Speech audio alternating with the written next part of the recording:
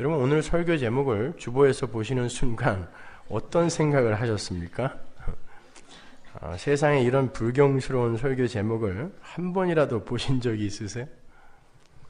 그러나 항상 저의 설교에는 역설과 반전이 들어가 있다는 것을 잊지 마시고 오늘 설교를 잘 들어보세요. 어렵습니다. 미리 말씀드리지만 어렵습니다. 사실 예수님의 비유 이야기들은 제가 성경의 다른 책들을 강의하면서 예화로 많이 썼던 것들이에요.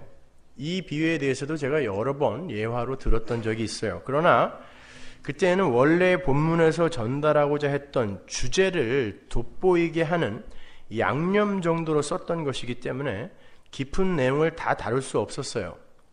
그래서 오히려 예수님의 비유의 내용들을 너무 값싸게 취급함으로 말미암아 그 비유들을 깊이도 없이 표피적으로 정형화시켜버리고 고정화시켜버렸다라는 그런 자괴감이 들기도 해요. 그러한 고민 끝에 시작된 게 바로 본격적인 예수님의 비유 강해인 거예요. 근데 정말 예수님의 비유 이야기들을 깊이 연구하고 묵상하고 정리를 하다 보니까 오늘날 교회가 예수님의 비유를 너무나 천박하고 일천하며 깊이가 없이 이해하고 있다는 것이 너무도 확연하게 마음에 와 닿았어요.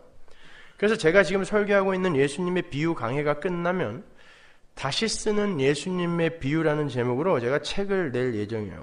제가 보기에 오늘날 예수님의 비유 이야기를 정말 심도 있게 복음으로 풀어낸 책은 전무합니다. 제가 30권 정도를 사서 읽고 있는데 거의 전무예요. 거의 대부분 도덕적, 윤리적, 종교적 교훈으로 예수님의 비유들을 풀어내고 있는데 저는 거기에서 멈출 생각이 없어요. 주님이 비유를 통하여 그런 도덕적, 윤리적, 종교적 교훈만을 말씀하셨을 리가 만무하기 때문입니다. 비유는 그거보다 더 웅숭 깊어요. 해서 제가 시간상 설교 시간에 미처 다 다루지 못한 내용들을 다 포함해서 예수님의 비유가 담고 있는 그 위대한 십자가 복음의 진수를 잘 우려내서 우리 후배들과 교회들에게 좋은 참고서가 될 수 있도록 다시 쓰는 예수님의 비유라는 책을 출간할 예정이에요.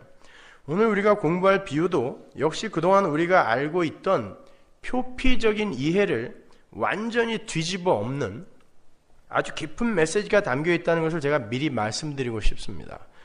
오늘 우리가 함께 읽은 예수님의 비유는 우리가 흔히 불의한 청지기의 비유라 부르는 그런 비유예요.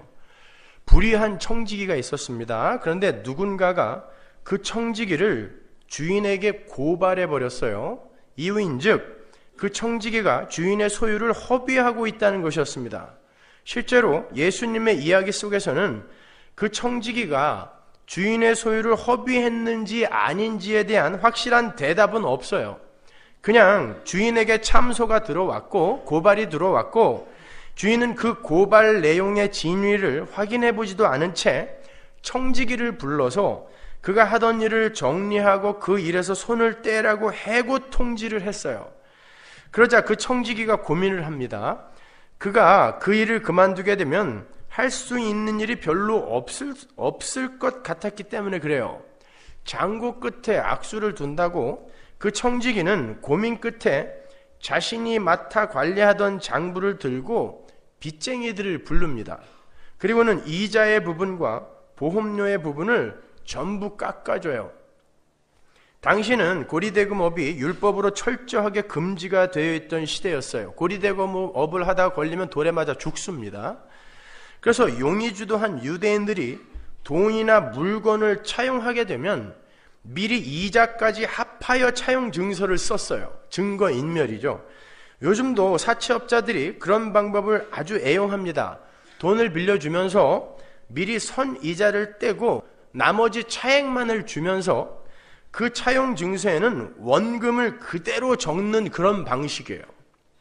예수님 당시에는 올리브유의 이자가 100%였고 밀의 이자가 25%였어요.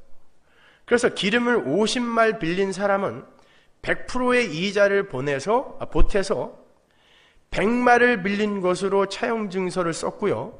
밀 80석을 빌린 사람은 25%의 이자를 보태서 100석이라고 썼던 거예요.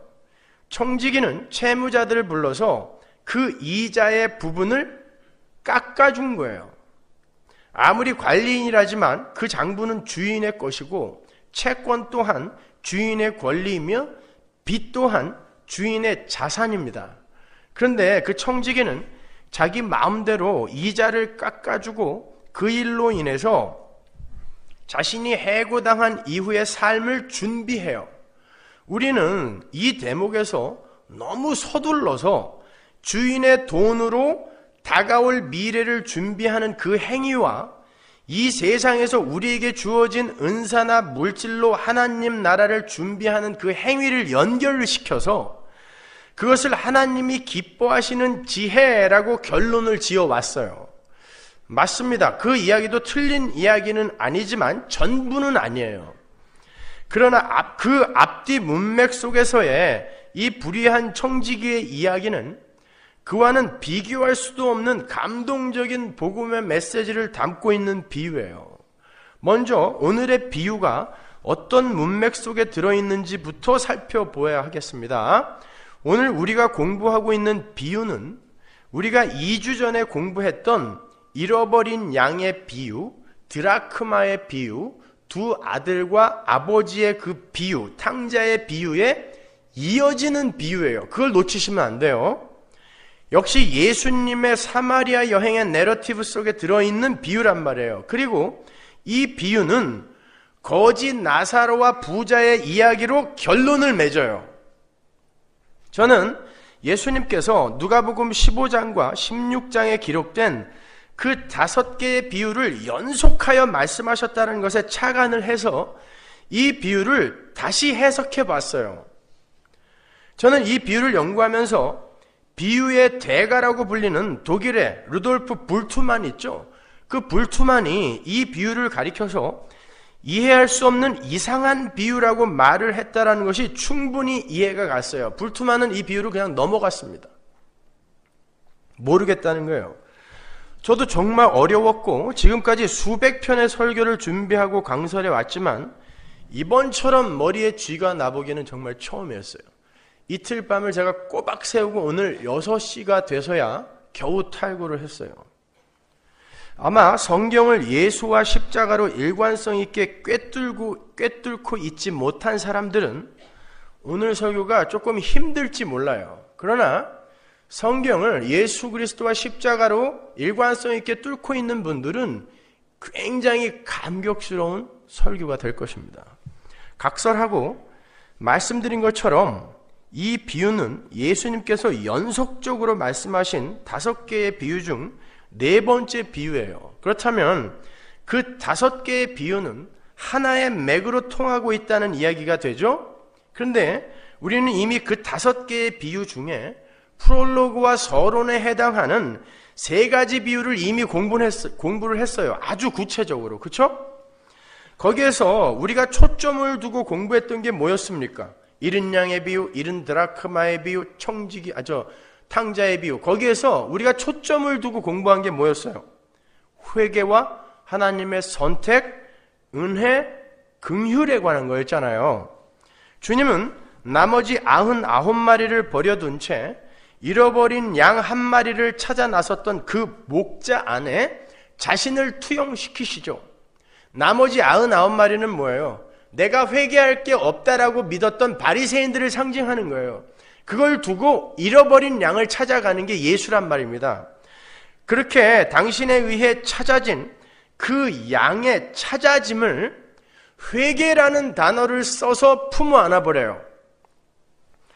양은 당신이 찾으셨는데 양은 그저 제각기 각기 제 길로 간 것밖에 한 일이 없는데 주님은 그 양이 자진하여 회개를 했다라고 인정해 주시는 거예요.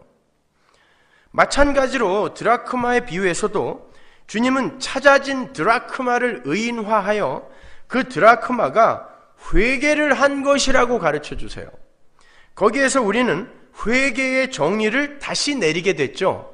회개라는 건 자신이 저지른 몇 가지 죄를 유감스럽게 여기면서 거기에 대해 어떤 모양으로든 내가 보상을 하려고 마음을 먹는 그 정도가 아니라 세상의 삶의 방식 속으로, 힘의 원리 속으로 내던져진 당신의 백성들을 찾아 나서신 예수님에 의해서 찾아진 자들이, 좀 더 정확히 말하면 창세전에 하나님에 의해 이미 선택된 자들이 하나님의 나라로 돌아와서 하나님 나라의 삶의 원리로 채색이 되어져 가는 모든 과정을 다 포함하여 회개라고 하는 거예요. 메타노이아.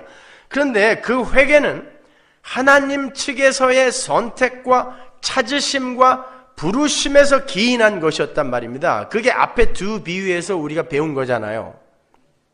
그래서 흔히 우리가 탕자의 비유라고 부르는 그 비유 속에 둘째 아들이 아버지께 돌아오게 되는 일에, 회개를 하는 일에 아버지가 적극적으로 개입을 하셨다는 것을 우리가 추론할 수 있었습니다. 그게 한 맥으로 연결되는 것이었기 때문에 우리는 그렇게 하나님에 의해 찾아지기 전까지 이 세상의 돼지우리 됨과 이 세상의 힘과 가치의 주염 열매됨, 그리고 그 하나님의 은혜를 떠난 세상 속에서 세상의 힘을 추구하며 사는 이들의 돼지됨을 철저하게 배우고 경험하고 깨달아 알아야 하는 과정을 겪어야 한다는 것도 거기에서 우리가 배웠죠. 맞습니까? 다 잊어버리신 거예요, 그새? 그러나 우리의 경험상 그렇게 하나님 아버지에 의해 찾아진 다음에도 우리는 그 돼지우리의 삶과 주염 열매의 추구 속에서 쉽게 벗어날 수가 없는 그런 돼지의 삶을 계속 살게 된다는 것을 인정하지 않을 수가 없어요. 아니다라는 사람 한번 손 들어보세요. 난 절대 그렇게 안 살고 있다. 우리는 전부 여전히 돼지의 삶을 삽니다. 주염 열매를 추구하며 돼지우리 속에서 주염 열매 쟁탈전을 하며 살고 있어요. 구원을 얻은 이후에도. 따라서 칼 바르트의 이야기처럼 우리 성도는 매 순간 부름을 받고 있는 거고 매 순간 돼지우리의 삶을 경험하는 것이며 매 순간 구원을 받고 있는 거예요. 그게 구원의 현재 시제입니다. 그래서 구원받은 성도의 삶 속에도, 회개를 한 성도의 삶 속에서도 돼지의 삶이 그렇게도 자주 발각이 되는 거예요. 본인에게, 타인에게, 하나님에게. 그러나 그 모든 실수와 넘어짐을 다 품어 안는 것이 하나님의 은혜요, 긍휼이요, 사랑이잖아요. 그래서 하나님 아버지는 더욱더 교묘하게 자신의 추악함을 감추고 있는 큰 아들까지도 보듬어 안으시는 거죠. 그게 두 아들과 아버지의 비유의 결말이잖아요. 그 두 아들과 아버지의 이야기가 끝나자마자 연이어 나오는 게 오늘 우리가 함께 읽은 불의한 청지기의 이야기란 말이에요. 그걸 따로 뚝뚝 끊어서 이해하면 안 돼요. 그러한 것이라면 이러한 일관성 있는 내러티브 속에서 갑자기 은혜와 긍휼 그리고 율법과 행위, 그게 대조되어 설명되어지고 있는 이 내러티브 속에서 갑자기 불의한 제물로 친구를 사귀자가 튀어나오면 안 되잖아요. 일관성이 있어야 되지 않습니까? 5 비유가 한 번에 말씀되어진 거니까 2 아들의 비유에서 그 둘째 아들이 어떻게 살았다 그러죠? 허랑방탕. 여기에서 이 불의한 청지기가 어떻게 살았어요? 주인의 재물을 허비하며 살았어요. 2 단어가 똑같은 단어예요. 디아스코르피조. 예수님이 일부러 똑같은 단어를 써서 이 2 비유의 연관성을 암시하고 계시는 거예요. 그러니까 이 2 비유는 아주 밀접한 연관이 있는 비유란 말입니다. 무언가를 허비하며 살던 이들의 이야기를 교회에게 차근차근 풀어서 설명을 해 주심으로 어떤 교훈을 주고 계시는 거란 말이에요. 따라서 우리는 역시 이 비유 속에서도 하나님의 긍휼과 은혜를 발견해야 되는 거예요. 그것도 한층 점층되어 강조가 되어 있는 바로 그런 은혜. 저는 그동안 이 비유를 설교 속의 예화로 쓰면서 그 이야기 속에 나오는 청지기를 변호하고 감싸기 위해서 무던히 애를 썼었어요.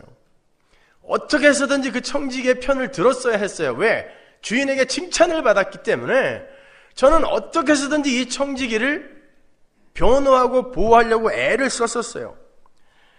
이자는 원래 주인께 아니니까 그 청지기가 이자를 감해준 건 주인의 것을 허비한 것이 아니다 라든지, 주인은 원래 너무 부자라서 그까지 이자 조금 깎아준 것에는 전혀 관심이 없다는 등의 억지 변호를 했던 게 사실이에요.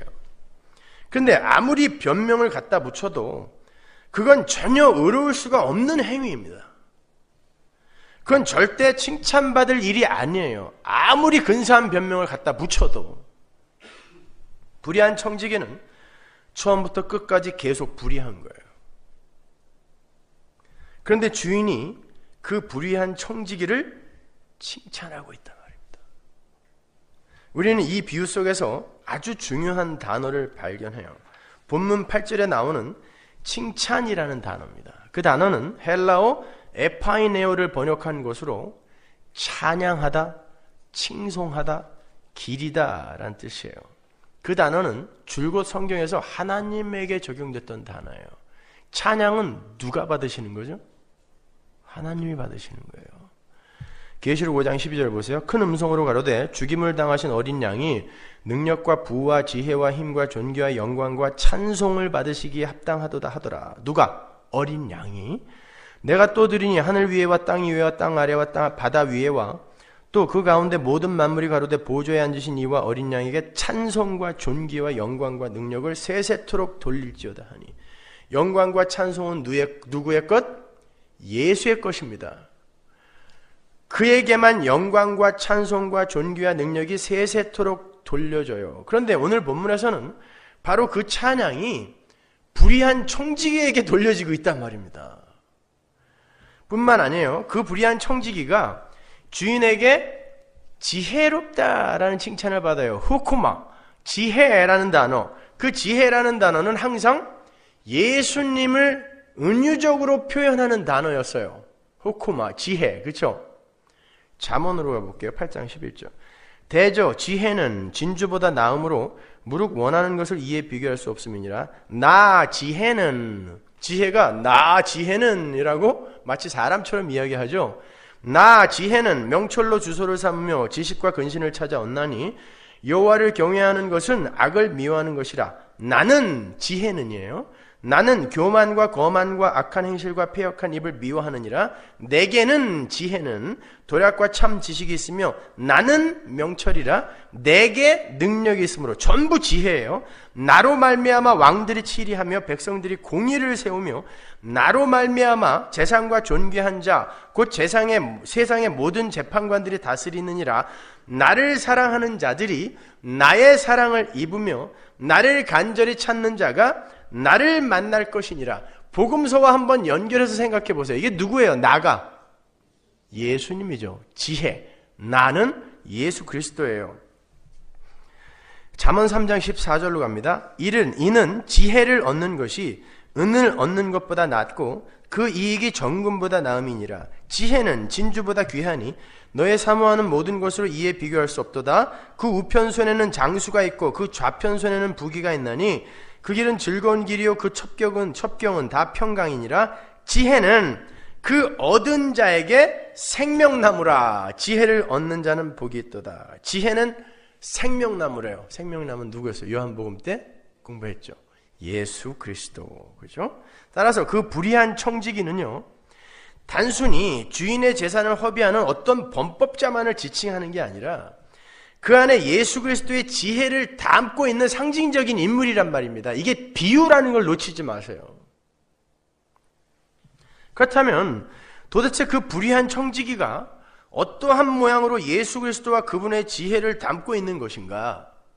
우리가 이 비유에서 예수 그리스도와 하나님의 긍휼을 찾아내기 위해서는 이 비유와 거지 나사로와 그 부자 비유의 사이에 들어있는 밑도 끝도 없이 당혹스럽게 등장하는 예수님의 그 부연 설명에 귀를 기울여야 돼요.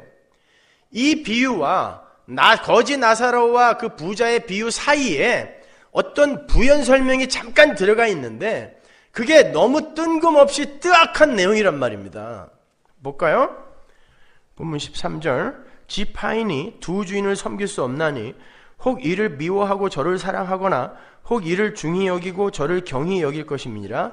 너희가 하나님과 재물을 겸하여 섬길 수 없느니라. 바리새인들은 돈을 좋아하는 자라. 이 모든 것을 듣고 비유권을 예수께서 이르시되 너희는 사람 앞에서 스스로 옳다 하는 자이나 너희 마음을 하나님께서 아시나니 사람 중에 높임을 받는 그것은 하나님 앞에 미움을 받는 것이니라. 율법과 선지자는 요한의 때까지요 그 후부터는 하나님 나라의 복음이 전파되어 사람마다 그리로 침입하느니라. 그러나 율법의 한 획이 떨어짐보다 천지에 없어짐이 쉬우리라. 무릇 그 아내를 버리고 다른 데 장가드는 자도 간음하며 무릇 버리운 이에게 장가드는 자도 간음함이니라. 그리고 거지 나사로와 부자의 비유가 붙어있단 말입니다. 연결이 되세요? 그러면 여러분이 올라와서 설교하시면 돼요. 이게 이해가 되시면. 왜 갑자기 율법이 나오고 간음이라는 죄가 거론되고 있는 걸까요? 불의한 청지기 바로 뒤에, 거지 나사로와 부자의 비유 바로 앞에.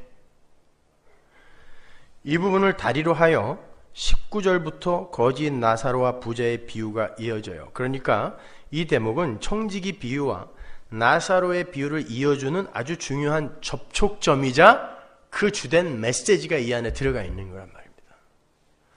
이 부분을 이해하기 위해서는 다시 누가복음 15장의 5 비유의 배경으로 돌아가야 돼요. 누가복음 15장 1절로 가보세요. 모든 세리와 죄인들이 말씀을 들으러 가까이 나아오니 바리새인들과 서기관들이 원망하여 가로되 이 사람이 죄인을 영접하고 음식을 같이 먹는다 하더라. 보세요. 이 5 비유들의 주된 청자가 누구예요? 부정한 자들의 대표로 등장하는 세리와 죄인들이에요. 이들은 은혜만을 의지하고 붙들어야 되는 자들이에요. 그리고 율법의 대표인 바리새인들과 서기관들이에요.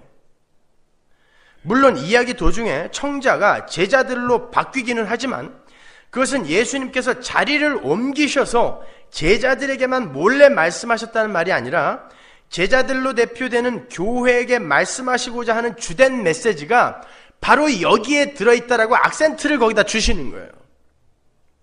그 악센트가 바로 오늘 우리가 본문으로 채택한 그 청지기의 비유란 말입니다.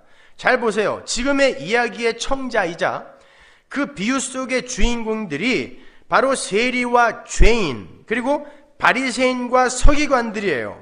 그들은 하나님의 긍휼과 은혜만을 구할 수밖에 없는 자타가 공인하는 죄인들과 자기들의 의를 의지하며 그 의를 과신하고 과시하고 있는 율법의 대표들이란 말입니다.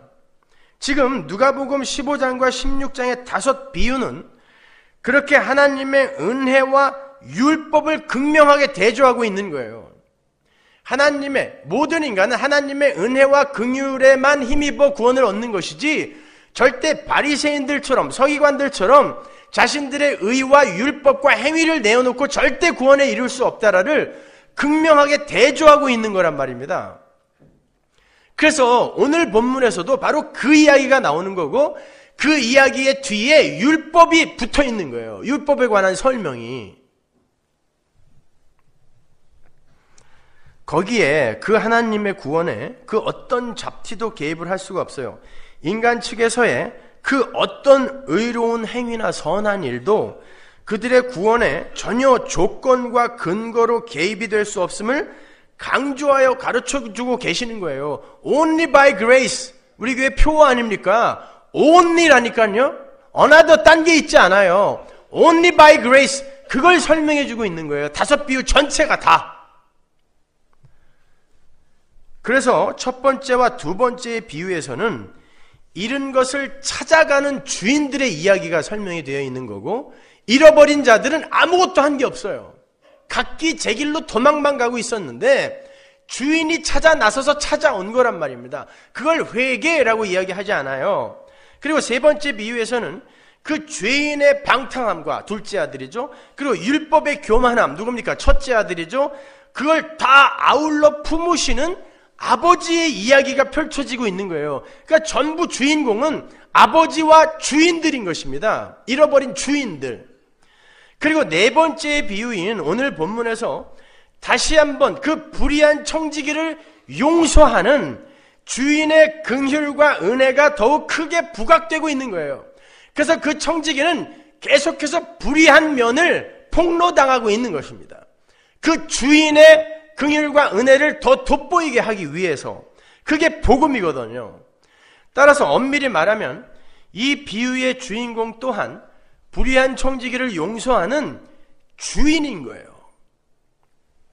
바로 그러한 이유에서 그 율법과 행위 그리고 은혜와 긍휼의 극명한 대조가 이 비유들의 주된 주제이기 때문에 네 번째와 다섯 번째 비유 사이에 갑자기 율법의 이야기가 나오는 거예요. 다시 한번 그 부분을 보시면 주님께서 율법을 상징하는 모세와 선지자의 때가 세례 요한의 때까지 끝이 난다 그래요. 세례 요한이 어떻게 죽습니까? 선지자들이 다 뭐 했던 사람이에요? 메시아가 온다, 메시아가 온다, 메시아가 온다. 세례 요한은 저희가 바로 그이다 하고 죽었어요. 그때로 끝나는 것입니다. 그리고 메시아가 오는 거예요. 그 메시아가 오시자 복음이 전해져서 사람들이 이제 하나님의 나라로 침노를 하게 된다 그래요. 율법의 시대가 가고 은혜의 시대가 온다는 말이에요. 그런데 그 은혜의 시대에도 예수님의 십자가 이후에도 율법으로 행위로 하나님 나라를 밀고 들어오려 하는 이들이 여전히 있을 거라는 말이에요. 그게 은혜의 시대가 왔음에도 불구하고 하나님 나라를 침노하는 자들이 있다라는 그 이야기의 진의인 거예요. 율법은 사라지는 게 아니에요. 율법의 요구가 누군가에 의해 충족이 되고 그로 인해서 어떤 제한된 무리에게서 율법의 고발로 인한 그 불의가 소멸이 되는 것입니다. 그러나 하나님의 선택에서 제외된 사람들은 그 은혜와 긍휼을 못 받는단 말이에요. 하나님의 복음을 듣고 그들이 하나님의 나라에 들어가고 싶어 한다 할지라도 율법의 요구가 그들에게는 여전히 충족되지 못했기 때문에 그들은 아무리 자신들의 힘으로 율법을 지켜서 그 나라를 침노하고 싶어 한다 할지라도 침노할 수가 없다는 거예요. 하나님의 복음을 알지 못하는 이들이 가장 열심히 하는 게 뭔지 아세요? 착하게 사는 것입니다. 선행을 쌓는 거예요. 단기 선교 열심히 가고 헌금 도에 지나게 해보는 거예요. 그 율법대로 숨어버리는 것입니다. 그들은 절대 하나님 나라 침노 못한다를 이야기하는 거예요.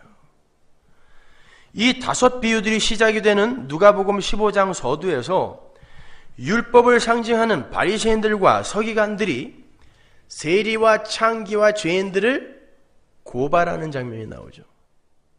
왜 저런 불의한 이들, 왜 저런 죄인들과 함께 먹습니까? 라고 죄인들을 고발한단 말입니다. 주님은 그들의 고발을 불의한 청지기에 비유해서 다시 한번 반추시켜 설명을 하고 있는 거예요. 그래서 이 불의한 청지기가 고발을 당하고 있는 것입니다.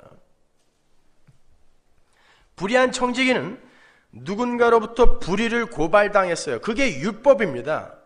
인간이 선악과를 따먹고 선악을 스스로 판단하여 그 선악의 기준에 의해, 자기들이 세워놓은 선악의 기준에 의해 다른 이들을 판단하는 게 고발이란 말입니다.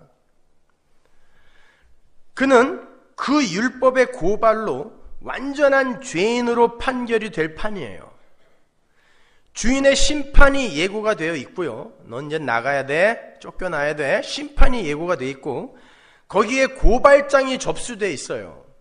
그건 이 역사를 살아가는 모든 인류가 처한 공통된 현실입니다. 심판은 이미 예시가 되어 있고 율법은, 마귀는 끊임없이 여러분을 고발하고 참수한단 말입니다.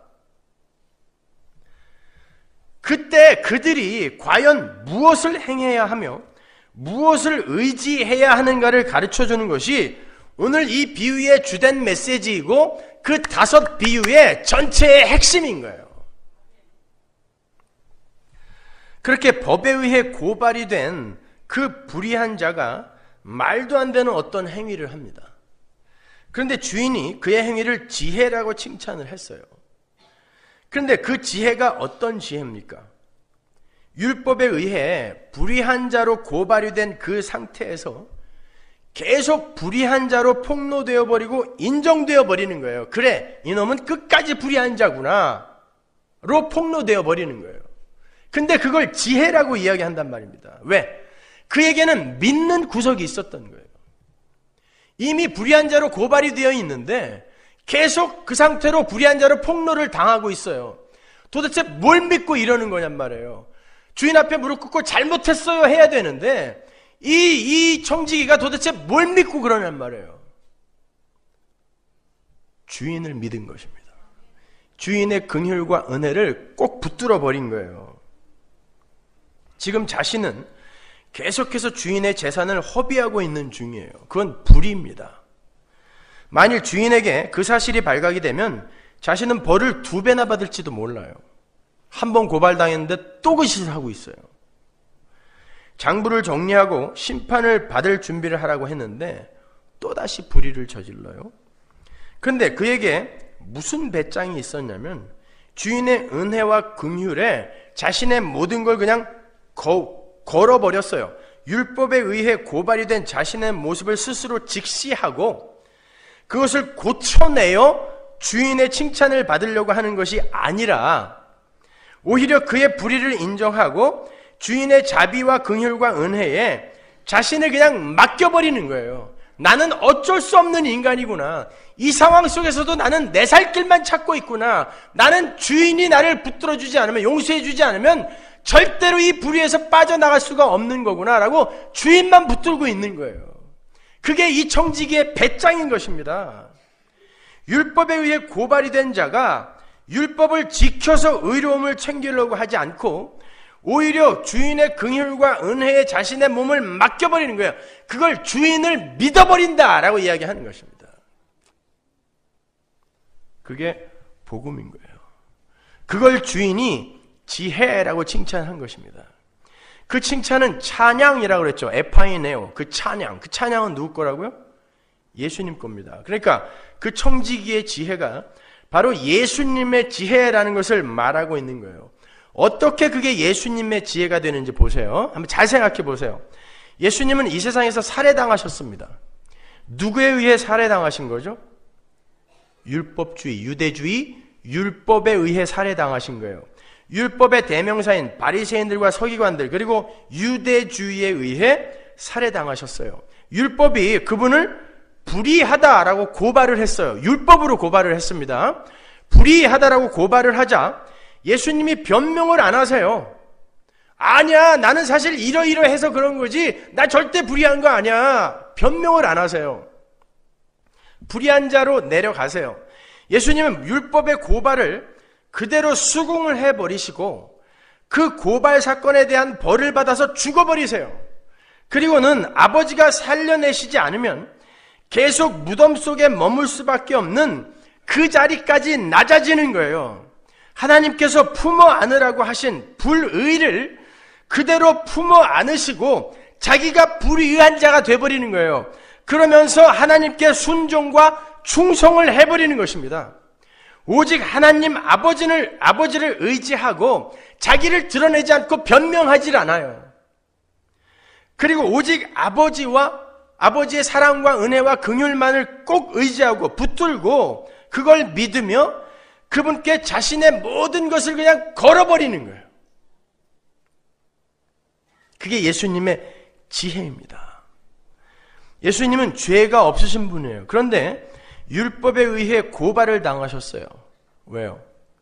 바로 진짜 불의한 우리를 고발하는 그 율법의 참소를 죄 없으신 당신이 불의한 자가 되심으로 진짜 불의한 자들을 살려내신 거예요.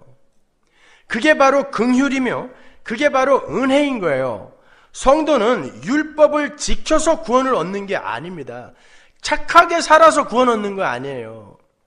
성도는 예수 그리스도의 은혜와 긍휼에 자신을 던짐으로 구원을 받는 거예요. 그건 구원 얻은 이후에도 마찬가지예요. 그런데 그렇게 불의한 우리를 건져내시기 위해서 예수님 당신이 불의한 자리로 내려가라는 하나님의 말씀에 충성을 하셨단 말입니다. 너는 내 백성들의 모든 죄를 뒤집어 쓰고 네가 불의한 자가 되어서 그들의 불의를 상쇄시켜라 라는 하나님의 뜻에 주님이 완전히 순종을 하셨다는 말인 거예요. 그건 예수님의 것이 아니죠. 남의 것이에요. 그런데 예수님이 불의한 자가 되어버렸어요. 그 불의에 충성했단 말입니다. 그리고 그건 완성된 하나님 나라의 영광에 비하면 아주 지극히 작은 것이에요. 그리고 세상의 율법관으로 볼 때 불의한 거예요. 불의한 곳으로 내려가셨으니까. 그래서 오늘 본문에 지극히 작은 것에 충성하고 남의 것에 충성하고 불의한 것에 충성하라는 말씀이 나오는 거예요. 그건 전부 우리 거였는데 그런데 예수가 우리의 것에 충성하심으로 우리가 나음을 입게 된 거란 말입니다. 그 삶이 바로 우리에게 요구되는 거예요. 하나님 나라에서. 그렇게 예수님의 십자가의 자리는 바로 우리 성도들 모두의 불의의 자리인 거예요. 그런데 그 불의의 자리가 죽음으로 결론이 난단 말입니다. 그 죽음의 자리, 불의의 자리는 원래 우리의 자리인 거잖아요. 원래 우리의 자리, 원래 우리의 본전. 우리는 모두 죽은 흙이었습니다. 죽은 흙이었어요. 하나님이 생기를 불어넣지 않으면 그냥 죽은 흙이에요. 움직이는 죽은 흙. 지금 짐승들이 생기가 없음에도 네페시로 존재하고 있잖아요. 그 죽은 흙이에요. 그래서 아무거나 잡아먹어도 돼요. 죽은 흙이기 때문에. 그 죽은 흙이 어떻게 하나님의 아들로 환골탈태하게 되죠? 하나님의 진짜 아들이 죽은 흙이 됨으로 해서 죽은 흙에 불과한 우리가 하나님의 아들이 되는 거예요. 그게 복음이란 말입니다. 바로 이런 원리죠. 고린도후서 8장 9절 우리 주 예수 그리스도의 은혜를 너희가 알거니와 부유하신 자로서 너희를 위하여 가난하게 되심은 그의 가난함을 인하여 너희로 부욕해 하려 하심이니라. 우리의 하나님의 아들됨을 위해 예수가 죽은 흙이 됐다라는 뜻이에요. 우리를 부자 만들기 위해 예수님이 가난하게 됐다라는 이런 얘기가 아니라 아유 참 정말 바로 이게 십자가의 원리인 거예요. 이게 바로 하나님의 속성이며 성품이며 하나님 나라의 삶의 원리인 십자가의 원리라는 거예요. 예수님은 당신께서 불의한 자리로 내려가시면서 오직 하나님 아버지의 긍휼과 은혜만을 구해야 하는 자리로 옮겨 앉으셨어요. 세상은 십자가에 달리신 그분을 보면서 불의한 자, 패역한 자, 율법을 어긴 자라고 고발을 했어요. 그런데 하나님의 은혜가 그 불의의 총합, 모든 하나님의 백성들의 불의를 한 그릇으로 받아낸 거 아니에요, 예수님이. 그래서 죄인이 되어 불의가 되어 죽었단 말입니다. 그 불의의 총합을 하나님이 덮어버리고 전적인 하나님의 은혜와 긍휼로만 그 불의를 의로 살려내신 거예요. 그게 뭡니까? 부활이란 말입니다. 그렇게 해서 우리는 그 불의의 피값으로, 그 불의의 자리에서 흘리신 예수님의 피값으로 예수님의 친구가 된 거예요.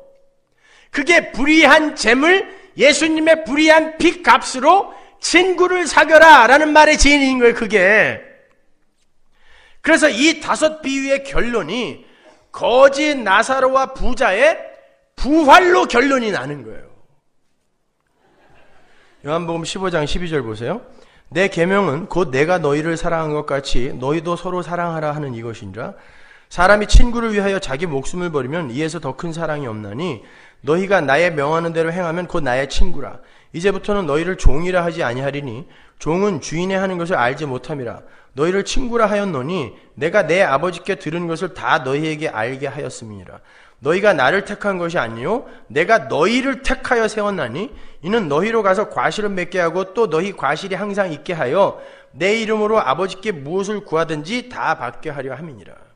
보세요. 우리가 예수님의 친구가 되기 위해서는 예수님을 위해 우리의 목숨을 버려야 된다 그래요?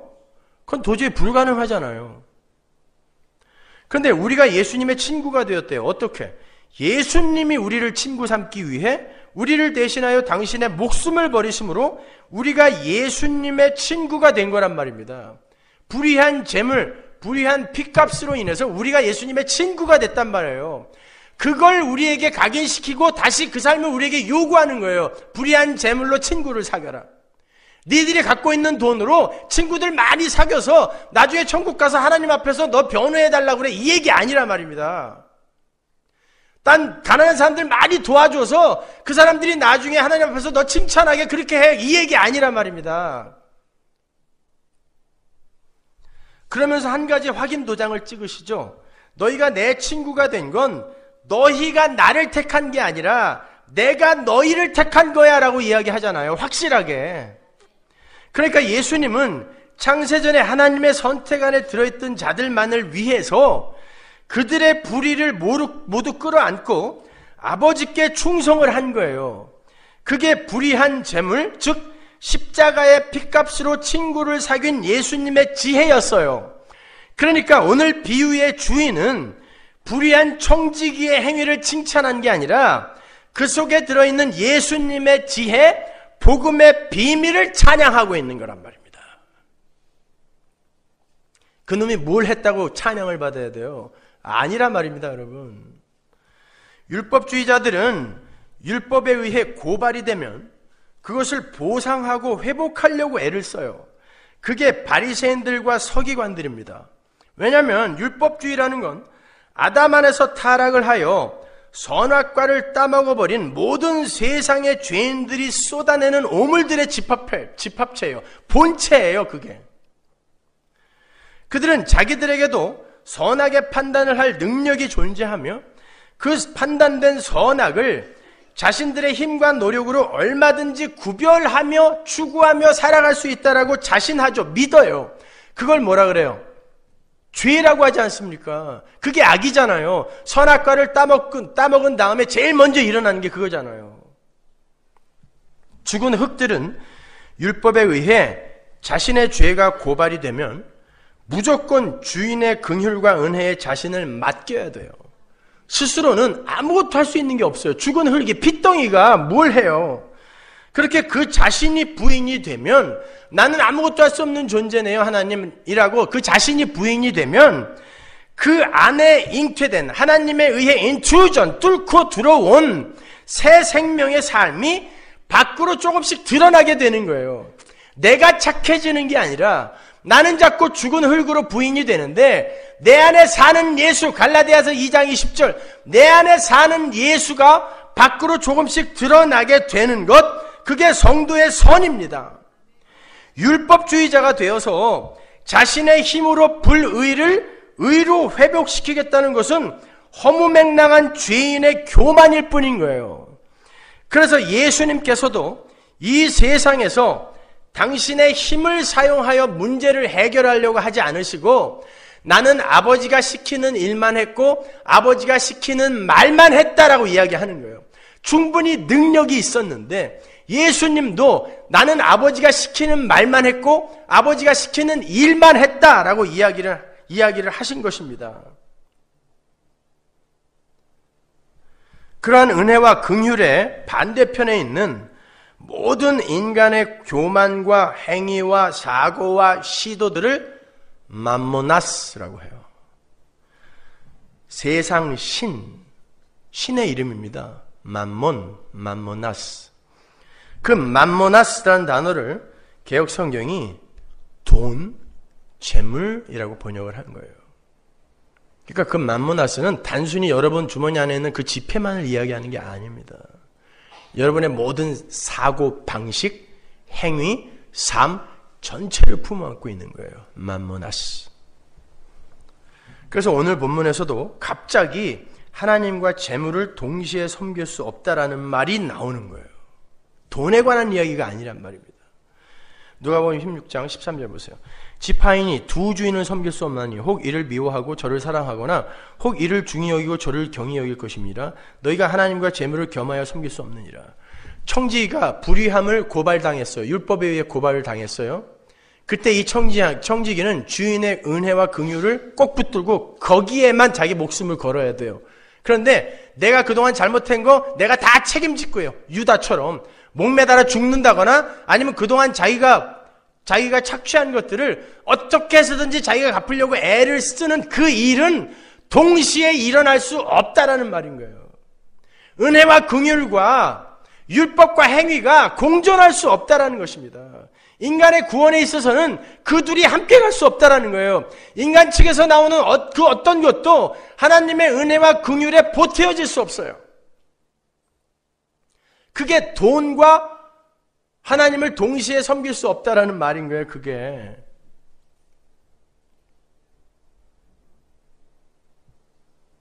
여러분 솔직히 하나님이 더 좋으세요? 돈이 더 좋으세요? 솔직히 우리끼리니까. 안 보이는 하나님이 진짜 더 좋으세요? 돈보다? 한 10억 불을 누가 캐시로 여러분에게 갖고 왔어요. 트럭에 실어갖고. 너 이거 가져. 대신에 하나님보다 이것을 더 사랑한다고 나한테 한마디만 해줘. 뭘 한마디만 해줘? 내 진심인데. 응? 그러면 지금 하나님과 재물을 여러분 동시에 섬기고 있는 거 아니에요? 그런 말 아닙니다, 여러분. 이런 건. 자, 그런 하나님의 은혜와 긍휼만을 의지하는 자들이 어찌 자신의 힘과 판단과 계획과 노력을 의지하여 율법의 고발을 회복하고 충족시켜 보겠다는 시도를 함께 할 수 있느냐는 신랄한 지적인 거예요. 함께 할 수 있겠느냐는 신랄한 지적인 거예요. 그러한 율법주의적 시도는 전부 자기 자신의 가치 향상을 위한 자아숭배적 사고에서 나온 아주 불경한 시도들인 거예요. 내가 고발을 당했어요. 사람들에게 발각당했어요. 쪽팔리면 안 되잖아요. 자아숭배에 빠진 이들은 거기서 절대 쪽팔리면 안 돼요. 그렇기 때문에 자기가 보상해야 됩니다. 그게 유다입니다. 그러나 성도는 거기서 폭로당하는 거예요. 그냥. 그래서 나에게는 예수의 은혜가 필요해. 그래서 예수가 이 땅에 오신 거야. 그리로 가는 거예요. 성도는요. 그게 불의한 청지기였단 말입니다. 선악과를 따먹은 인간은 절대 자기의 위신과 자존심을 버릴 수가 없어요. 그래서 하나님의 영광보다는 자신의 영광을 더 추구하며 살아요. 아담 안에서 태어난 모든 인간이 다 그렇습니다. 요한복음 5장 44절 보세요. 너희가 서로 영광을 취하고 유일하신 하나님으로부터 오는 영광은 구하지 아니하니 어찌 나를 믿을 수 있느냐.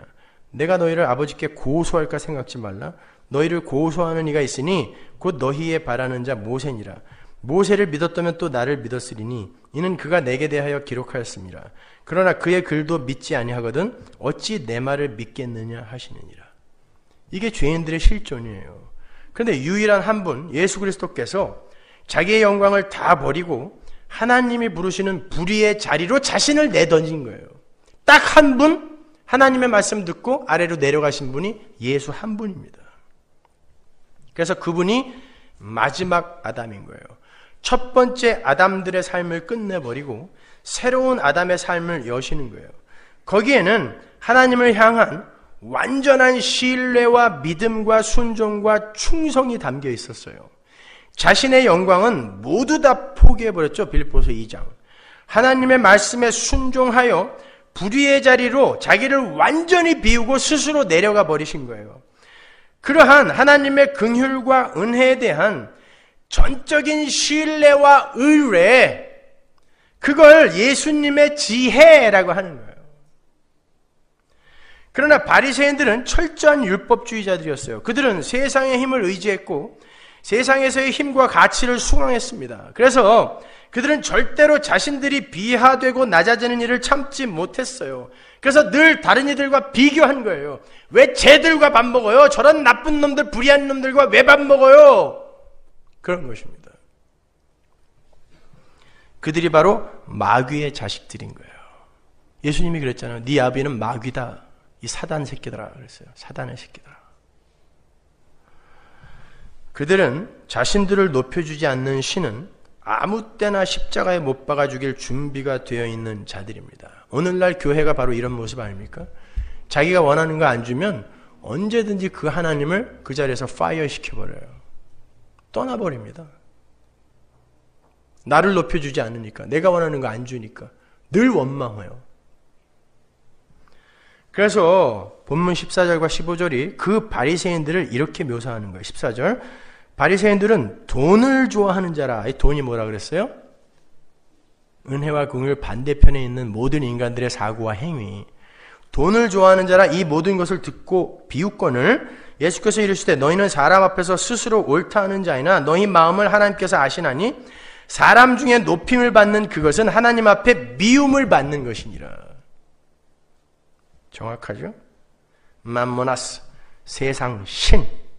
그렇게 맘모나스를 좋아하는 자들, 율법주의자들은 사람들에게 높임을 받고 싶어하는 자아숭배교에서 벗어나지 못한 우상숭배자들이라는 거예요. 따라서 여러분 이 세상에서 너무 착하게 산 사람들을 그냥 막무가내로 존경하지 마세요. 그들이 뭘 목적으로 그렇게 살았는지는 아무도 모르는 거예요.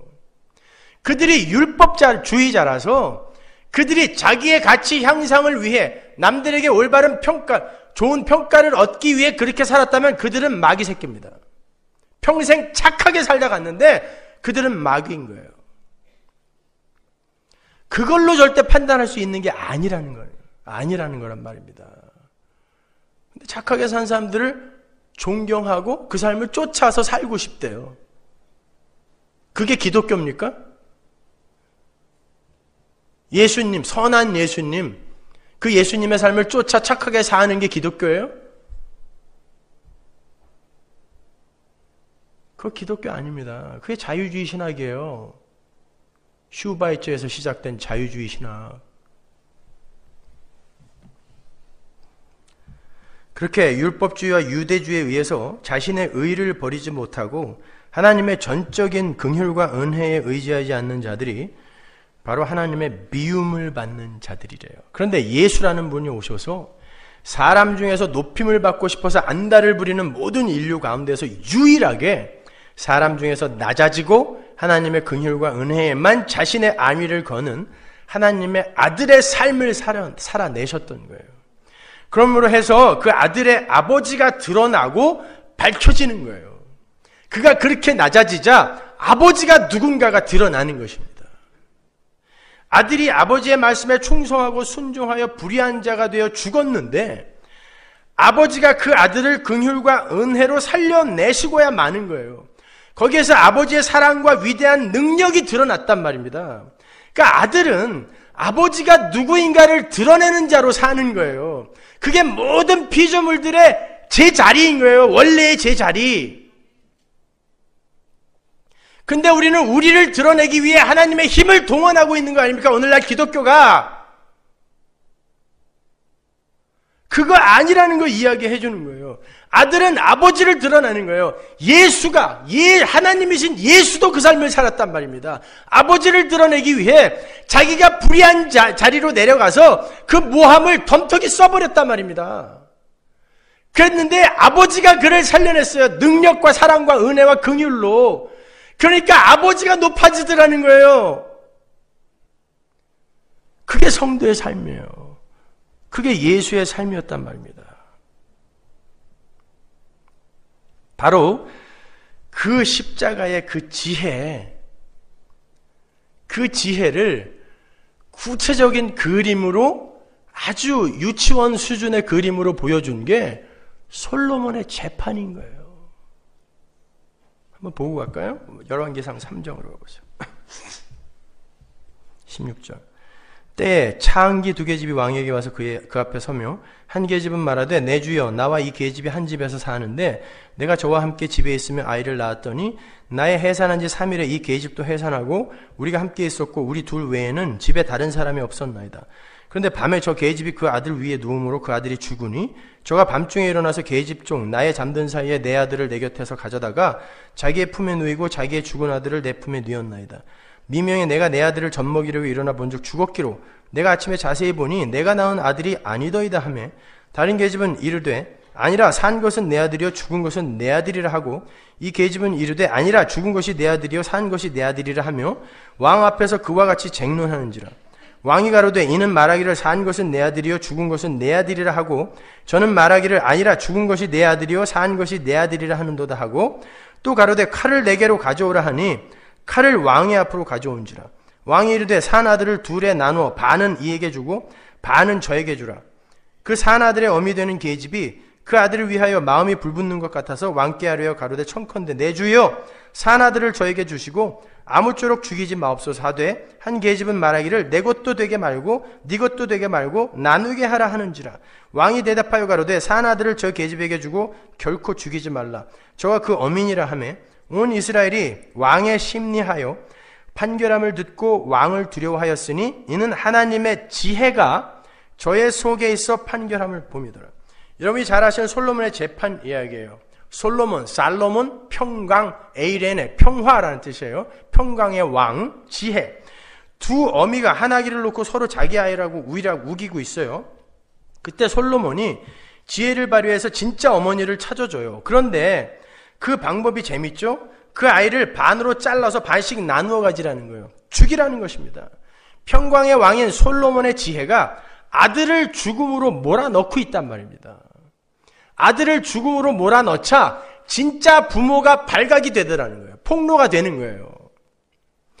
하나님의 지혜가 아들을 죽음으로 몰아넣었습니다. 그런데 가짜 어미인 율법은 죽여라 그랬어요. 죽여라! 쪼개버려라! 그랬단 말입니다. 창세기 15장에 나오는 것처럼 쪼개라! 그랬단 말입니다. 아버지가 그 쪼개짐의 자리에서 그를 품어 안고 아니다. 내가 죽겠다.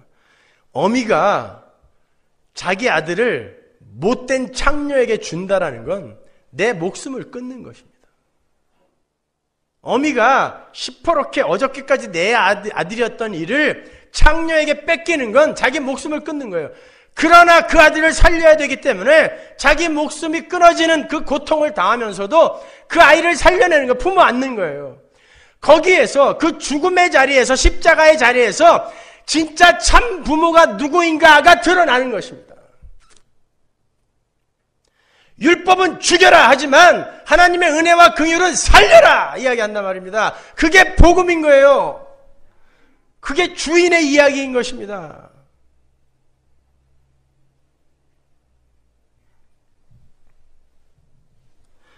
자식이 그가 온 원래의 자리, 그 핏덩이의 자리, 자궁의 자리, 즉 그 죽음의 자리로, 무력한 자리로 내몰리자 진짜 그의 부모가 누구인지가 드러나게 되는 것. 그래서 예수가 그 자리로 내려간 거고 우리가 우리의 인생 속에서 자꾸 그 자리로 내려가는 거예요. 그럼에도 불구하고 니네 아버지가 누군 줄 알아? 너는 반드시 그 자리에서 살려낼 거야를 보여주는 거예요. 그래서 때때로 여러분이 그렇게 불의한 자로 폭로가 되기도 하는 거고 예수 믿고도 아직도 그 모양이야 라는 소리를 듣는 것입니다. 그러나 그 자리에서 하나님이 여러분을 품어안는 그 은혜와 사랑과 긍휼, 그것을 세상에 보여주고 싶은 거예요. 너희들은 율법으로 저를 저렇게 못난 자로, 못된 자로, 나쁜 놈으로 규정하지만 나는 살려낼 것이다 라는 것입니다. 성도는 이 땅에서 착한 자가 되는 게 아니라 아버지가 누군가를 드러내는 거란 말입니다. 그게 복음을 아는 자인 거예요. 우리 모든 성도들의 원래 자리가 어디예요? 죽은 흙이에요.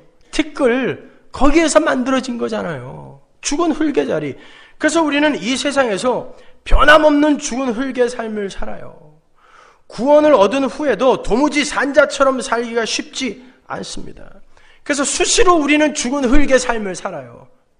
그러나 창세전에 우리를 선택하신 우리 아버지는 그 율법의 참소를 묵살해 버리셔요.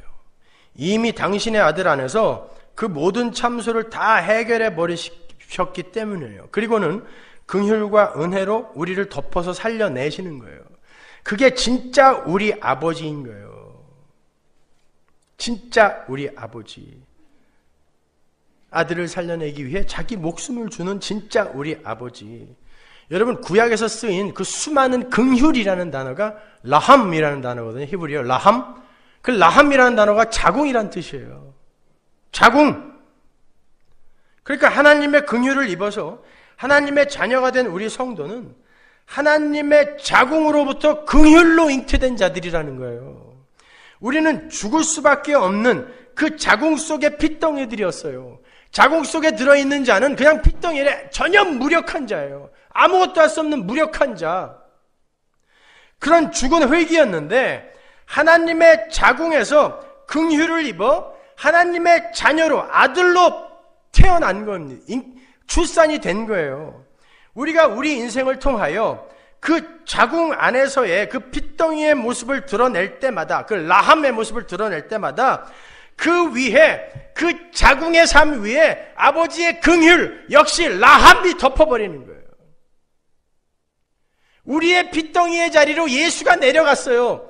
무력한 자리, 자궁의 자리로 내려갔더니 그 위에 긍휼, 라함이 덮어버리는 것입니다. 그걸 복음이라고 하는 거예요. 그래서 바울은 죄가 있는 곳에 은혜가 더욱 크게 임한다라고 이야기를 한 것입니다. 그 은혜의 자리, 긍휼의 자리를 예수님의 십자가가 그대로 재현해서 보여주고 있는 거예요. 아버지에게 충성하느라 이 세상에서 가장 큰 죄인으로 몰려 죽은 흙이 되어버리신 예수님, 우리 죽은 흙들의 원래 자리로, 그 자궁의 자리로 예수님이 내려가시자 거기에 긍휼과 은혜가 부어져서 라함, 긍휼과 은혜가 부어져서 거기에서 그분의 아버지가 누구인가가 드러나게 되는 거. 우리 아버지는 이런 분이구나. 기독교는 뭐라고 그랬어요? 하나님의 자기 계시, 하나님에 대한 올바른 지식. 이게 기독교예요. 기독교는 하나님의 자기 계시란 말입니다. 그 하나님을 배우고 하나님을 아는 거예요. 그걸 기독교라고 하는 거예요. 근데 개뿔이나 성경을 하나도 모르면서 배울 생각도 안 하고 궁금해하지도 않아. 그리고 무조건 안수기도 받아서 이 땅에서 잘 먹고 잘 살자는 거예요. 그게 마귀 새끼라니까요. 예수님이 한 말이란 말입니다. 예수님이. 우리 아버지가 그 불의의 총체를 긍휼로 덮어 부활로 살려내셨어요. 그게 하나님 아버지예요. 따라서 우리 성도는 구원을 받은 이후에도 수시로 죄인된 자신의 모습을 폭로당하게 되어 있어요. 여기 와서 쇼하지 마세요. 여러분이 어떤 존재인지 여러분이 가장 잘 알잖아요. 여기 와서 연극하지 마세요. 성경책 심장 가까이 1cm 들고 다닌다고 속지 않습니다. 그냥 폭로당하세요.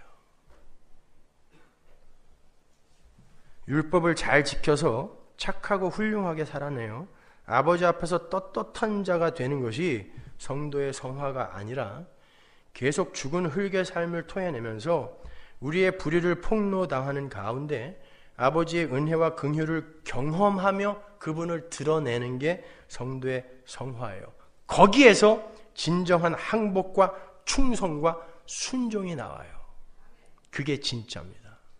그 전까지는 계속해서 여러분은 스스로에게 실망하고 절망할 겁니다. 정리를 해볼까요? 예수님께서 우리의 자리, 죽은 흙의 자리, 피덩이의 자리, 그 자궁의 자리로 내려가셨어요. 그건 율법에 의해 정죄된 자리고 고발된 자리예요. 율법은 그를 고발하며 죽이라고 그래요. 결국 그분을 죽여버리죠. 그게 솔로몬의 재판에서 나온 가짜 엄마예요. 죽여라. 상관 안 하겠다는 거예요. 죽여라. 나는 죽이는 데 목적이 있으니까. 근데 진짜 어미이신 하나님께서 그분을 긍휼과 은혜로 살려내시는 거예요. 거기에서 예수님의 친구인 교회가 탄생되는 거예요. 불의의 제물로 친구를 사겨라. 이해가 가세요?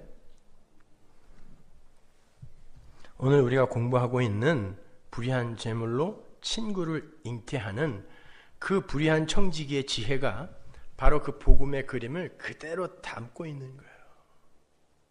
그래서 그 불의한 청지기가 찬양을 받고 있는 거고 그의 지혜가 옳다 인정함을 받고 있는 거예요.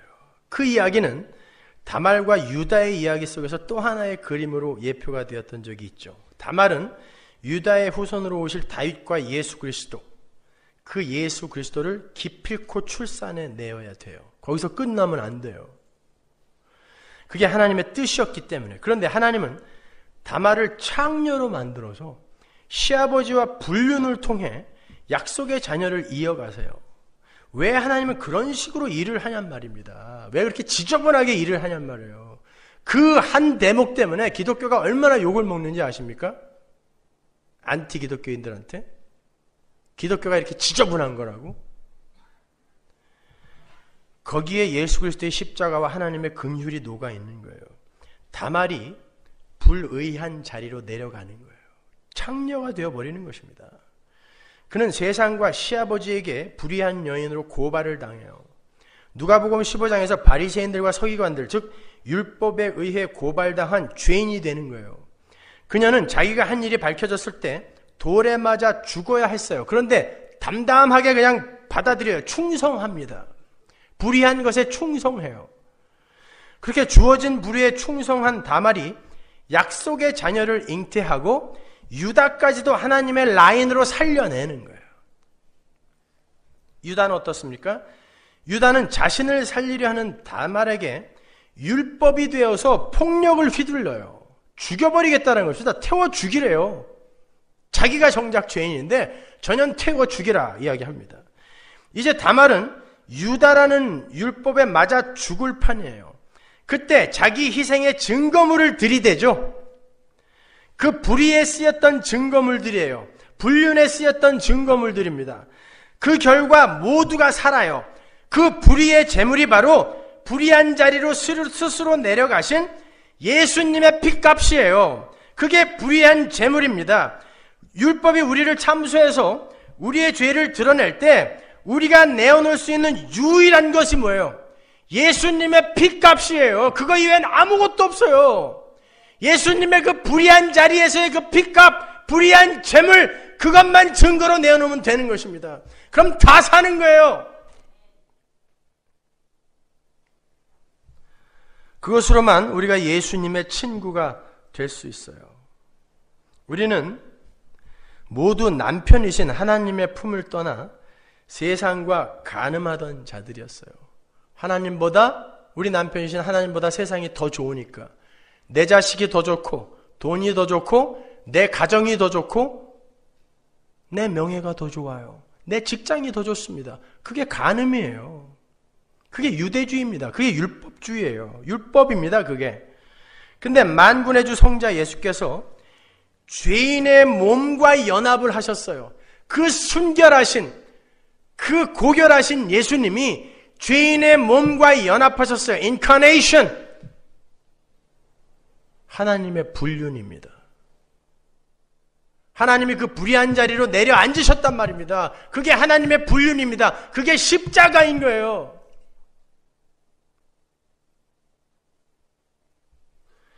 그렇게 주인의 몸과 연합을 하심으로 스스로 간음의 자리, 불륜의 자리로 내려오신 거예요. 그 결과 우리의 간음과 불륜이 용서되고 소멸이 되어버린 거예요. 왜 오늘 본문 마지막 절이 간음의 이야기로 결론을 맺고 있는지 이제 아시겠죠? 바로 그 예수님의 십자가, 예수의 그 불륜의 자리가 우리의 구원이 된 거예요. 그리고 그 이야기를 미리 예표하고 있었던 게 다말과 유다의 이야기예요. 그래서 그 불의한 다말을 유다가 네가 의롭다라고 이야기하는 거예요. 네가 의롭다. 시아버지와 불륜 저질러서 애 낳은 게 뭐가 의로운 거예요. 그러나 그런 현상만 보지 말고 그 안에 담겨진 하나님의 지혜를 보라는 말입니다. 그 불의가 의로 판명이 된단 말입니다. 하나님은 그렇게 예수님의 은혜와 긍휼로 친구가 된 성도의 삶 속에서 똑같이 그 순종의 삶, 충성의 삶, 자기를 비우고 손해보는 삶, 모함을 당하는 삶, 해를 입는 삶, 그러한 율법에 의해 불의로 정죄되는 그런 연약한 삶을 격발해 내심으로 말미암아 우리에게 친구를 허락하시는 거예요. 그걸 전도라고 하는 것입니다. 그게 자기 부인 아닙니까? 우리의 삶 속에서 하나님의 그 삶을 격발해 낼 때 당황하지 말라는 거예요. 그러니까 여러분 스스로 그 자리로 내려가라는 게 아니라 하나님이 끌고 내려가십니다. 반드시. 그때 당황하지 말란 말이에요. 그때 하나님을 원망하지 말란 말입니다. 그게 불의한 제물로 친구를 사귀라는 어구 안에 들어있는 풍성한 주님의 메시지인 거예요.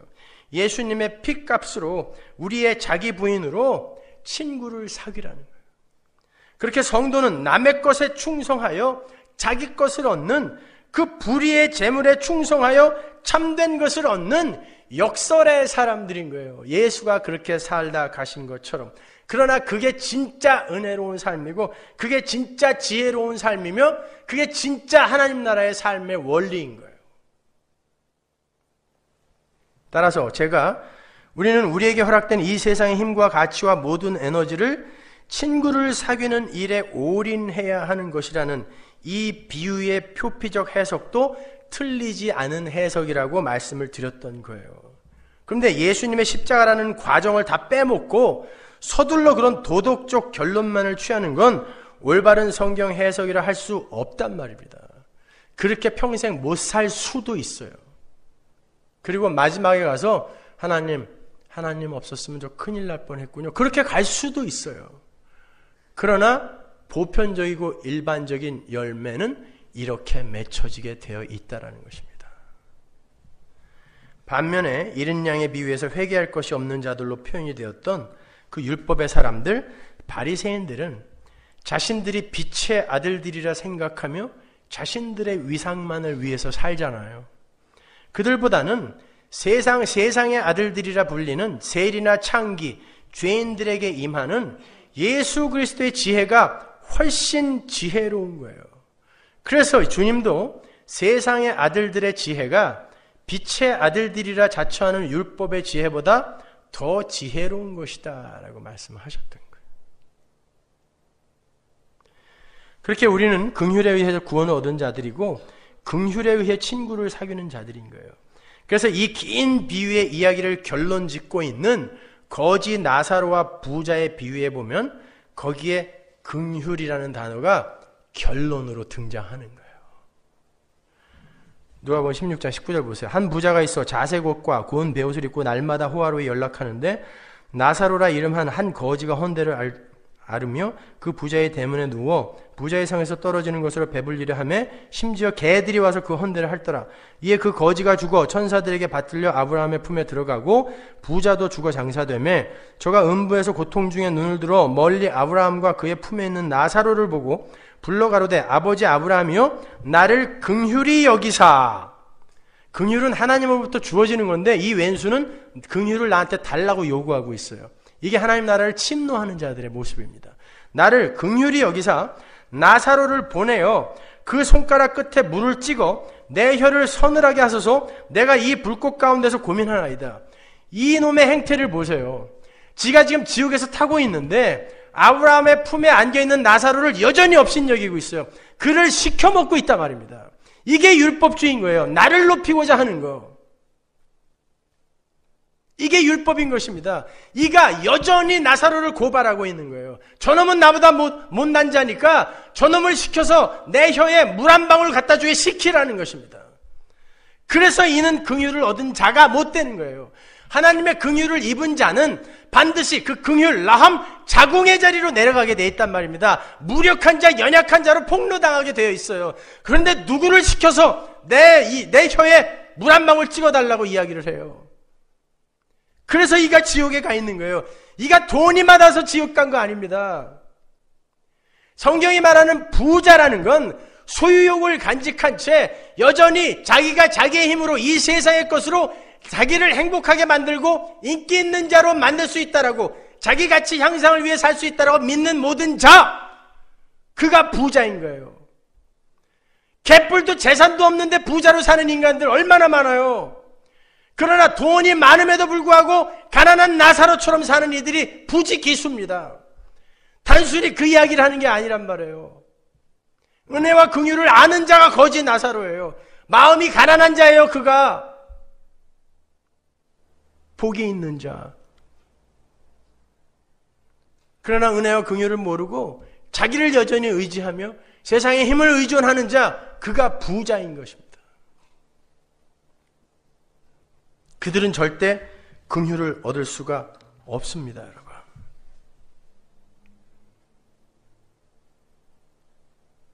그 부자가 뭐라 그래요? 죽은 나사로를 내려보내서 내 형제들을 회개케 해달라 그래요. 기특한 부탁 같지 않아요? 지금까지 우리가 공부한 게 뭐였어요? 회개는 인간 측에서 나올 수 있는 거다, 없는 거다. 없는 거라 그랬습니다. 그런데 이 긍휼을 입지 못한 부자가 뭐라 그래요? 죽은 자가 살아나서 가면 그들이 보고 회개할 수 있을 거라고 이야기한단 말입니다. 그게 하나님 나라를 침노하는 자인 거예요. 회개는 하나님의 선택에서 제외된 자들은 절대 할 수 없는 거예요. 그래서 아브라함이 단박에 거절해 버리는 것입니다. 안 된다. 모세와 선지자가 이미 있는데 그들이 그 모세와 선지자를 듣지 않는다면 그들은 선택에서 제외된 자들이고 그들은 절대 회개할 수 없다 이야기하는 거예요. 회개는 긍휼에 의해서만 가능하다를 이야기해 주는 것입니다. 끝까지, 결론까지. 요한복음 5장 45절 보세요. 내가 너희를 아버지께 고소할까 생각하지 말라. 너희를 고소하는 이가 있으니 곧 너희의 바라는 자 모세니라. 모세는 누구? 율법입니다. 모세를 믿었다면 또 나를 믿었으리니 이는 그가 내게 대하여 기록하였습니다. 그러나 그의 글도 믿지 아니하거든 어찌 내 말을 믿겠느냐 하시니라. 보세요. 나사로의 이야기와 예수님의 이 이야기를 잘 비교해서 한번 생각해 보세요. 나사로의 이야기에서도 모세와 선지자가 이미 있는데 그의 말을 듣지 아니하면 죽은 나사로가 다시 살아난다 할지라도 그 말을 절대 안 듣는다 그랬죠. 선택에서 제외된 자들은 죽은 나사로가 살아나도 안 듣는다 그러죠. 여기서 보세요. 모세가 이미 와 있다. 근데 그 모세를 믿지 않는 자가 어떻게 나를 믿겠느냐. 거기서 나가 누구예요 그러면? 거지 나사로의 안에 들어있는 예수란 말입니다. 거지 나사로가 살아나서 하나님 나라를 전파해도 선택받지 못한 인간들은 회개 못한다는 거예요. 여러분, 예수님의 비유 중에 유일하게 사람 이름이 들어간 곳이 여기 딱 한 군데인데, 그렇다면 이 나사로와 예수님의 친구 나사로의 이야기는 뭔가 연관이 있다는 얘기거든요. 죽은 나사로가 진짜 살아났을 때 사람들이 예수를 믿었습니까? 그때부터 예수를 죽이려고 했습니다. 자, 죽은 나사로가 함의하고 있는 예수가 살아났을 때는 어때요? 제자들까지도 고기 잡으러 다 도망갔습니다. 어떻습니까? 인간 측에서 회개가 나올 수 있는 거예요? 없습니다. 하나님의 선택에 의해 선택된 자들이 성령을 받자 그들 안에서 회개가 나오는 것입니다. 은혜와 긍휼, 그것을 설명하는 거예요. 그렇게 하나님의 긍휼, 그리고 그로 말미암는 회개, 그리고 거기서 비롯되는 구원, 그 모든 것은 하나님의 선택에서 시작되고 완성되는 것이며 하나님은 그러한 긍휼을 우리에게 부으시기 위해서 거룩한 불륜의 자리로 스스로를 밀어 넣으셨다는 걸 잊지 마세요. 예수가 다말이 되었어요. 예수가 다말이 되었단 말입니다. 예수가 불의의 자리, 예수가 불륜의 자리로 스스로 내려가 버리신 거예요. 그리고는 이 불의한 자들을 당신의 친구로, 하나님의 아들로 출산해 내신 거예요. 따라서 우리는 이 땅에서 어떻게 살아야 돼요? 역시 하나님이 불의한 자리로 몰아내시면, 연약한 자리, 당하는 자리, 섬겨주는 자리로 밀어내시면 거기에서 순종하고 수긍하며 그냥 살면 되는 거예요. 그게 불의한 재물에 충성하는 거예요. 작은 것에 충성하는 거예요. 여러분의 일이 잘 안 되세요? 그때에 야, 하나님은 내 목적과 계획이 이렇게 있는데 왜 나에게 이렇게 간섭하지 않으실까가 아니라 수긍하고 받아들이고 그 현실에 순종해버리는 거예요. 충성해버리는 거예요. 이 상황 속에서도 하나님은 나를 선한 것으로 인도해 가실 거야. 믿어버리는 거예요. 그냥 맡겨버리는 거야, 나를. 거기에 예수의 지혜가 있는 것입니다. 내가 나를 바라볼 때 도저히 이건 예수 믿는 자 같지가 않아. 50년 예수 믿었는데 여전히 똑같아. 폭로 당하세요. 괜찮습니다. 그러나 그 자리에서 이것도 덮어버리는 하나님의 은혜와 긍휼을 여러분이 알고 있는가 돌아보시란 말이에요. 그걸 진짜 배우셨냐고요, 여러분이. 그걸 진짜 알고 계시냔 말입니다. 그 풍성한 하나님의 은혜의 그 크기를 진짜 알고 계시냐고요. 교회는 바로 그걸 배우는 곳이에요.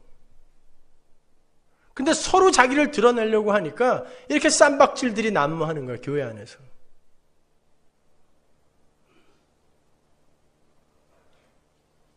아니요, 우리는 불의한 자리로 내려가 그러면 충성해버리는 거예요.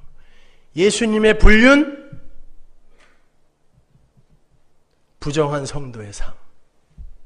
그게 어떤 역설적인 의미를 담고 있는지 아시겠습니까?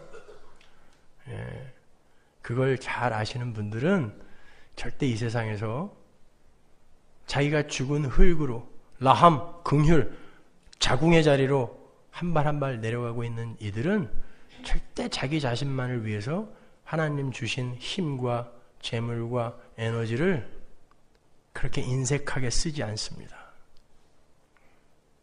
그것들이 제자리를 찾게끔 잘 나누시고 그렇게 사시는 거예요. 불의한 청지기의 비유 안에 들어있는 예수 그리스도의 십자가, 불륜의 하나님, 불의한 성도, 그 의미를 아시겠습니까? 잘 이해가 안 가시는 분은 가셔서 CD를 10번 이상씩 들으세요. 아셨죠? 그래서 확실한 그 하나님의 은혜와 긍휼의 메시지를 마음속에 꼭 새기세요.